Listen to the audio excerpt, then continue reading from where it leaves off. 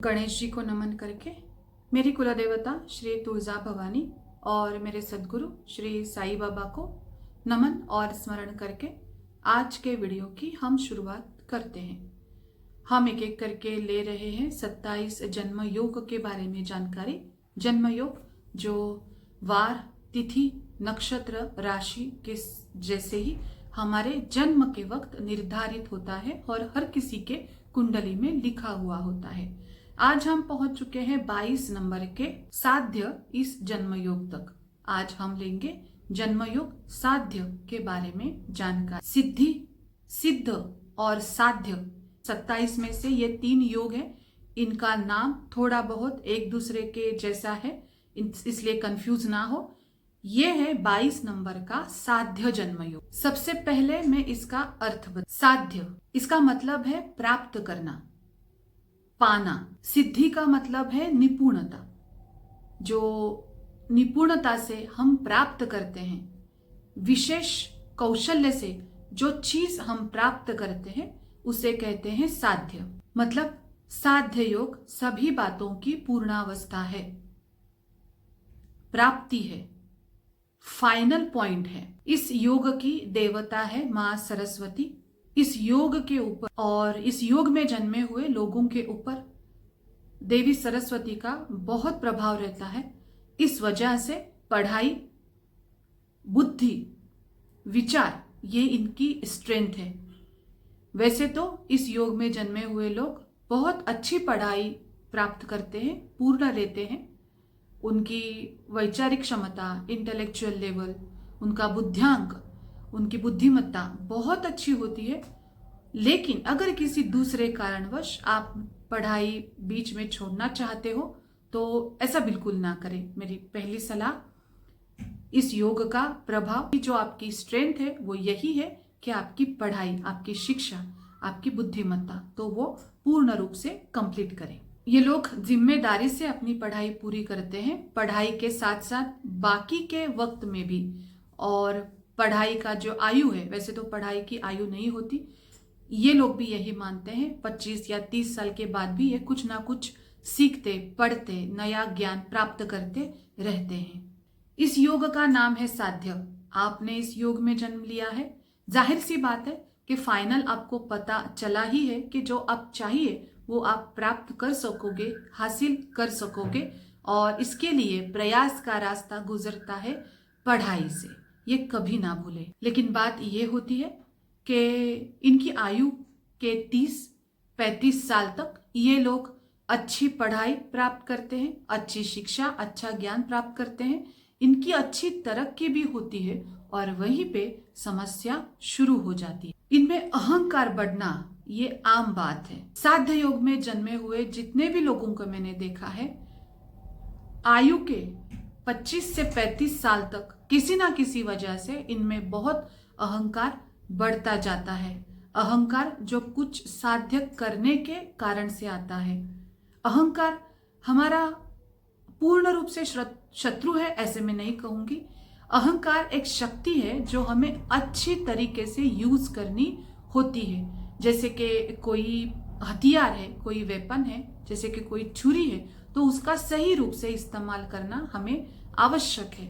अगर ठीक से नहीं पकड़ा, ठीक से नहीं यूज किया तो यो हमें ही हानि पहुंचा सकता है। इस प्रकार से मैं ये कहूंगी कि पूर्णतः अहंकार से निवृत्त होना हमें पॉसिबल नहीं है। हम संसारी सामान्य लोग हैं, लेकिन अहंकार ना पाले, इतनी उम्र में तो बिल्कुल ना पाले। और अगर आ रहा है तो उसका उपयोग अपनी तरक्की के लिए करे, ना कि अपने लोगों को दुख पहुंचाना, गलत सिचुएशन में गलत तरीके से बात करना वगैरह वगैरह।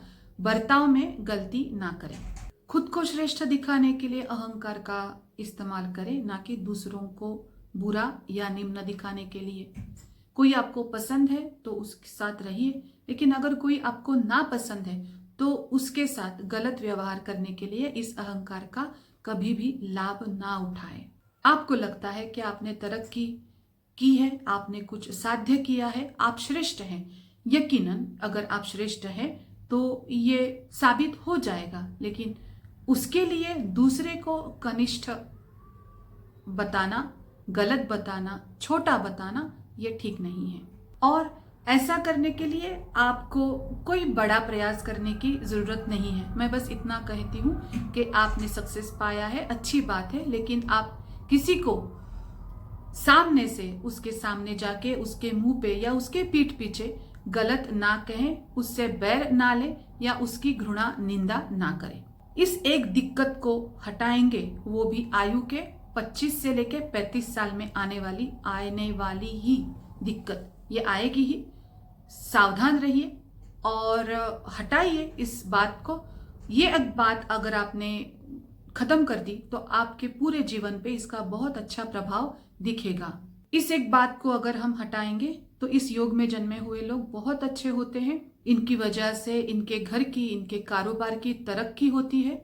नौकरी में, कारोबार में ये लोग बहुत जिम्मेदार और बहुत प्रैक्टिकल होते हैं, सही डिसीजन लेते हैं और साथ ही अपने परिवार के बारे में, अपने नजदीकी लोगों के बारे में ये लोग बहुत इमोशनल भी होते हैं। हो सकता है आपको दिखे कि घर परिवार के छोटी छोटी बातों में, चीजों में ये इतना इंटरेस्ट ना दिखाएं या इनको इतना महत्व ये लोग ना दे छोटी छोटी बातों में, लेकिन जो बड़े मैटर्स होते हैं उनमें भले ही आपको ना लगे, लेकिन इन लोगों का बहुत सटीक ध्यान रहता है कि किसी को पता भी नहीं चलेगा, लेकिन वो अपनी जिम्मेदारी कुछ अलग इस प्रकार से निभाएंगे कि वो दिक्कत खत्म हो जाएगी। ये लोग कारोबार से ज्यादा घर में बहुत अटैच होते हैं। जैसे कि देखा जाए, कारोबार से ज्यादा घर की जगह, कारोबार के जो लोग होते हैं असिस्टेंट या हेल्पर्स, उनसे ज्यादा अगर इनके घर में जो कोई हेल्पर्स है, असिस्टेंट है, उनके बारे में ये कंपैरेटिवली ज्यादा इमोशनल या अटैच रहेंगे। अगर कोई कारोबार में हेल्प करने वाला हेल्पर है और अगर वो काम छोड़ के जा रहा है तो शायद इनको इतनी दिक्कत ना हो या ना लगे, लेकिन घर का अगर कोई इनका हेल्पर है, असिस्टेंट है, डोमेस्टिक हेल्पर है और वो काम छोड़ के जा रहा है तो ये लोग बहुत डिस्टर्ब हो जाते हैं। इमोशंस अहंकार के साथ जुड़ गया, जो कि मैंने कहा है, ना पाले अहंकार है आपके मन में, साथ ही इमोशंस भी है। और अगर ऐसी सिचुएशन है तो उसमें बहुत दिक्कत हो सकती है। इतनी दिक्कत हो सकती है कि झगड़ा भी हो सकता है या उसको थोड़ा बुरा भला कहना, ऐसा बिल्कुल ना करें। मैं यही आपसे कह रही हूँ बार बार कि ठीक है, आपने उसको बताया कि आप ना जाए, फिर भी अगर वो जा रहा है, जाने वाला है तो वो जाएगा, लेकिन ऐसी सिचुएशन ना बनाए कि अगर उसको कभी लगे कि मैं वापस इसके पास फिर से नौकरी के लिए जाऊंगा तो वो उसको आने की इच्छा ना हो, इतना ये प्रॉब्लम ना बढ़ाए। आप अपने अहंकार को और अपने इमोशंस को अच्छे से संभालोगे तो जीवन आपके लिए बहुत ही अच्छा है, सरल है। इमोशंस से, जहां पे ऐसे कहा जाता है, जो ज्यादा इमोशंस होते हैं प्यार भी वहां उतना ही होता है। तो अगर ये कॉम्बिनेशन बन गया अहंकार का, इमोशंस का, और फिर आगे जाके उसमें गुस्सा या कोई दुश्मनी आ गई, तो आपको समझ जाना चाहिए कि दुश्मनी, बैर, झगड़ा इतना भी ना बढ़ाए कि आगे जाके वो आपके काम में रुकावट बन जाएगी। मैं इस बात के ऊपर इतना पॉइंट आउट कर रही हूं, इसलिए कर रही हूं क्योंकि ये जो मैंने आयु बताई 25 से लेकर 35-40 तक, इस योग में जन्मे हुए इंसान के साथ ये बात होते हुए मैंने देखी है। योग इफेक्ट करते हैं, राशि, नक्षत्र, ग्रहों का प्रभाव इतने सटीक तरीके से इफेक्ट करता है कि ये होगा ही। हो जाने के बाद कहने से क्या फायदा, होने से पहले अगर हम इसके बारे में सोचें और सावधान रहे, अलर्ट रहे, तो इस ज्योतिष शास्त्र का प्रभाव वही ठीक है।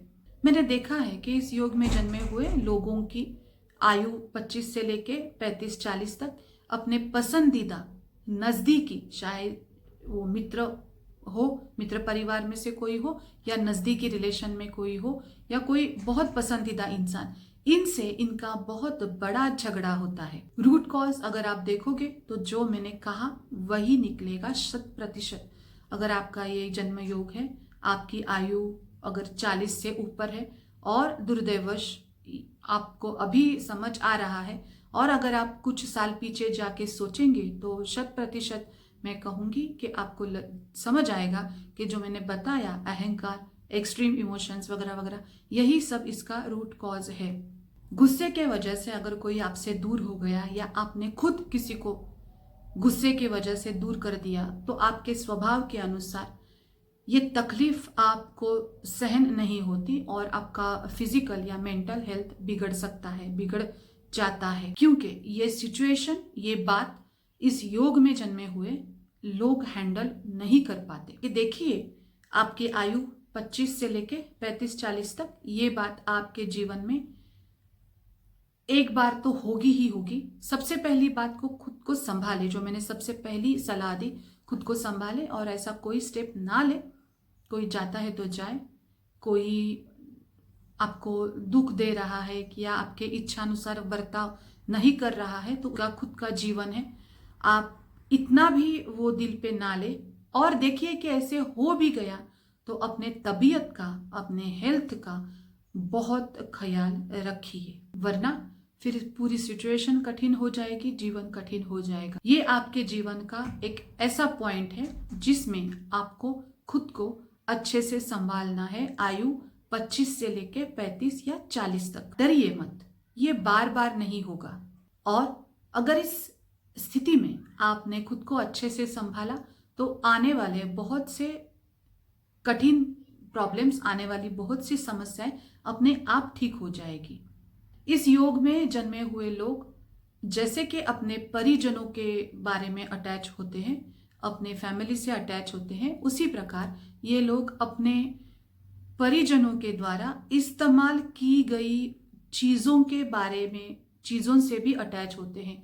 वो घर हो, वो व्हीकल हो, वो कोई एक्सेसरी हो, कोई घड़ी हो, कोई पर्स हो, कोई अपने माँ का या अपना कोई गहना ऐसा हो कि जो आप उससे इमोशनल जुड़े हो। ये अच्छी बात है, उसमें कोई दिक्कत नहीं है, ये आपकी खासियत है। करियर की बात करें तो एजुकेशन फील्ड में काम करना आपके लिए सबसे अच्छी बात है, या ऐसा कोई भी फील्ड जो आगे जाके वो बातें, वो नॉलेज, वो आप दूसरों को पढ़ा रहे हो, सिखा रहे हो, इस ऐसे फील्ड में जाना अच्छी बात है। देखिए कि फॉर एग्जांपल मैं थोड़ा अलग उदाहरण देती हूँ कि आप हो मैकेनिकल इंजीनियर, लेकिन आगे जाके आप टीचर बन गए मैकेनिकल इंजीनियरिंग के, तो ये आपके लिए अच्छा होगा। साथ ही एजुकेशन फील्ड में जो दूसरे भी काम होते हैं, एजुकेशनल काउंसलिंग, एजुकेशनल एडवाइजिंग या एजुकेशनल मैनेजमेंट, एडमिनिस्ट्रेशन, इन सभी में आप बहुत अच्छा काम कर सकोगे। उसी तरह से एजुकेशन और एम्पावरमेंट में इस्तेमाल होने वाली सभी उत्पादनों का, चीज़ों का उत्पादन करना, किताबें हो या डस्टर हो, कोई सिंपल सा चौक हो या कोई ब्लैक बोर्ड, वाइट बोर्ड जैसी जो चीज़ें होती है, जो एजुकेशनल या एम्पावरमेंट के लिए यूज़ होती है, जो पढ़ाई के लिए, शिक्षा के लिए, खुद को आगे रखने के लिए जो बातें इस्तेमाल होती है, स्पेशली एजुकेशन सिस्टम में, एजुकेशनल फील्ड में, तो ऐसी चीज़ों का उत्पादन करना भी आपके लिए अच्छा रहेगा। ऐसी जगह पे अगर आप नौकरी कर रहे हो तो वो भी अच्छा रहेगा, क्योंकि जो चीज़ें हमें पसंद होती है उसमें हमारी अच्छी तरक्की होती है। दूसरी इनकी विशेषता ये है कि इन लोगों को पढ़ाई लेते रहना, सीखते रहना पसंद होता है। अलग अलग बातों की, अलग अलग चीज़ों की, छोटे मोटे काम से लेके बहुत बड़े फील्ड, बहुत बड़े ज्ञान की बातें, इनमें भी ये अपनी रुचि हमेशा लाइफ लॉन्ग दिखाते हैं। मैं इनको एडवाइस करूंगी कि जो आप सीख रहे हो, जो ज्ञान नया आप समझ रहे हो, पा रहे हो, उस ज्ञान को आप आगे बढ़ाते रहिए, दूसरे को भी सिखाते रहिए, इससे आपकी और भी तरक्की होगी। करियर के बारे में मैं इनको और एक सलाह दूंगी कि आप ज्ञान लेते हो, आपको ज्ञान लेने में रुचि है, पढ़ाई में, किताबें पढ़ने में, नॉलेज लेने में, बटोरने में आपको बहुत पसंद आता है सब, लेकिन ऊपर ऊपर से नॉलेज ना ले। किसी एक फील्ड का आप थोड़ा डिटेल में जाके नॉलेज ले। जैसे कि अगर आप सौंदर्य के क्षेत्र में हो तो सोचिए, तय कीजिए कि मैं पूरा डिटेल में जाऊंगी या डिटेल में जाऊंगा और मैं बहुत ढेर सारा नॉलेज मैं इसमें ऐसे पाऊंगा और वो नॉलेज दूसरों को भी सिखाऊंगा। इससे क्या होगा कि जो आपकी खासियत है, पढ़ाई करना और पढ़ाना, सिखाते रहना, अध्ययन और अध्यापन, दोनों तरीके से आपकी, दोनों साइड से आपकी प्रगति हो जाएगी। क्योंकि अन्य लोगों की तुलना में इन लोगों को मास्टर्स या डॉक्टरेट प्रोग्राम करना बहुत अच्छा रहता है। मैंने और भी एक बात देखी है कि इस योग में जन्मे हुए लोग काफी धार्मिक होते हैं और इनको धार्मिकता, रीति रिवाज, जो हमारे रूटीन लाइफ के जो छोटे मोटे रिचुअल्स हैं, उनमें भी बहुत रुचि होती है और ये जल्दी सीख जाते हैं, जिसको आसान भाषा में पौरोहित्य कहते हैं। जो हमारे हिंदू धर्म के 16 संस्कार हैं, इनके बारे में भी इन्हें बहुत रुचि होती है और अगर इन्होंने सीखना तय किया तो ये अच्छे से सीख सकेंगे। प्यार, शादी, सांसारिक जीवन, इस बातों में इन्हें थोड़ा इमोशनल बॉन्डिंग चाहिए होता है। ये सोचते हैं, ये देखते हैं कि जैसी भावना, जैसा इंटरेस्ट मेरे मन में है, उतना इंटरेस्ट, वैसी ही भावना सामने वाले इंसान के मन में हो, मतलब लाइफ पार्टनर के या आपका कोई प्रेमी जन है उसके मन में आपके बारे में हो। आप वो ढूंढते हैं और तभी आप अपने रिलेशन को आगे बढ़ाते हैं या शादी के प्रस्ताव को आप सीरियसली लेते हैं। और ये आपकी अच्छी बात है, अच्छी सोच है। आप प्रयास करते हैं कि आपका स्वभाव जैसा है वैसे ही आपका पार्टनर का स्वभाव हो, उसकी भी रुचि उसी में हो। और ये जो बात मैंने बताई, जैसे कि ये आपकी विशेषता है, उसको बरकरार रखे, उसको बनाए रखे। आगे जाके आप अपने लाइफ पार्टनर को इसी मैटर पे अच्छे से खोज सकोगे। मतलब ये जो आपकी इच्छा है, आपका स्वभाव है, ये बिल्कुल सही है। आप अपने लाइफ पार्टनर की चॉइस इसी मैटर पे कीजिए तो आपका पारिवारिक जीवन भी खुश रहेगा। ये थी जानकारी इस योग में जन्मे हुए लोगों के बारे में। अब हम जानकारी लेते हैं कि डे टू डे लाइफ में ये 27 योग एक के बाद एक चलते रहते हैं, तो इस योग के चलते क्या करना चाहिए और क्या नहीं करना चाहिए। इस योग की देवता है माँ सरस्वती। तो पढ़ाई और पढ़ाना, सिखाना, इसके बारे में जो भी चीजें हैं वो सभी इस योग में करनी चाहिए। छोटे बच्चों को जब हम सबसे पहले पढ़ाई सिखाते हैं, शुरू करते हैं, तो वो इस योग में करेंगे तो काफी अच्छा है। साथ ही दूसरे देश में जाना, कोई बहुत दूर की ट्रैवलिंग करना भी इस योग में करना शुभ रहेगा। चाहे बच्चे हो या बूढ़े, कुछ भी विशेष सीखने का प्रयत्न इस योग में करना बिल्कुल अच्छा रहेगा। पढ़ाई की कोई उम्र नहीं होती। मरते दम तक हमें कुछ ना कुछ पढ़ना चाहिए, कुछ ना कुछ नया सीखते रहना चाहिए। परीक्षा का या इंटरव्यू का वक्त तय करना, निर्धारित करना अगर आपके हाथ में है तो जरूर आप इस योग के चलते वो प्रयास करें कि इस योग के चलते आप परीक्षा दे या आप कोई इंटरव्यू दे। पढ़ाई और उसी प्रकार से पढ़ाना हो। आप कोई विशेष ट्रेनर हो, आप कोई योग टीचर हो, चाहे वो डांस हो या गाना हो, आपको सभी बातों की शुरुआत इस योग में करना आपके लिए और उनके लिए भी बहुत अच्छा रहेगा।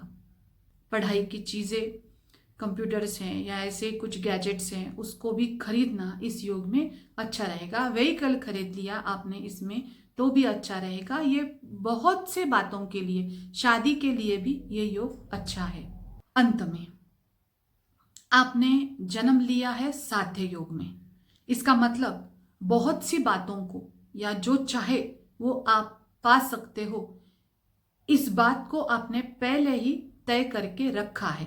बस उसको साध्य करने का, उसको प्राप्त करने का, अपनी इच्छा के तरफ जाने का आपका रास्ता सही होना चाहिए। वो अहंकार से परे होना चाहिए और एक्सट्रीम इमोशंस इसमें बिल्कुल नहीं होने चाहिए। आपको इसके लिए आप प्रयास करना है कि आपके व्यक्तित्व में ये दो चीजें बिल्कुल ना हो। अगर आप ऐसा करेंगे तो आप सही दिशा में प्रयास करेंगे और बिल्कुल जैसे कि आपने जन्म लिया है उसी तरह से साध्य भी करेंगे। ओम साई राम।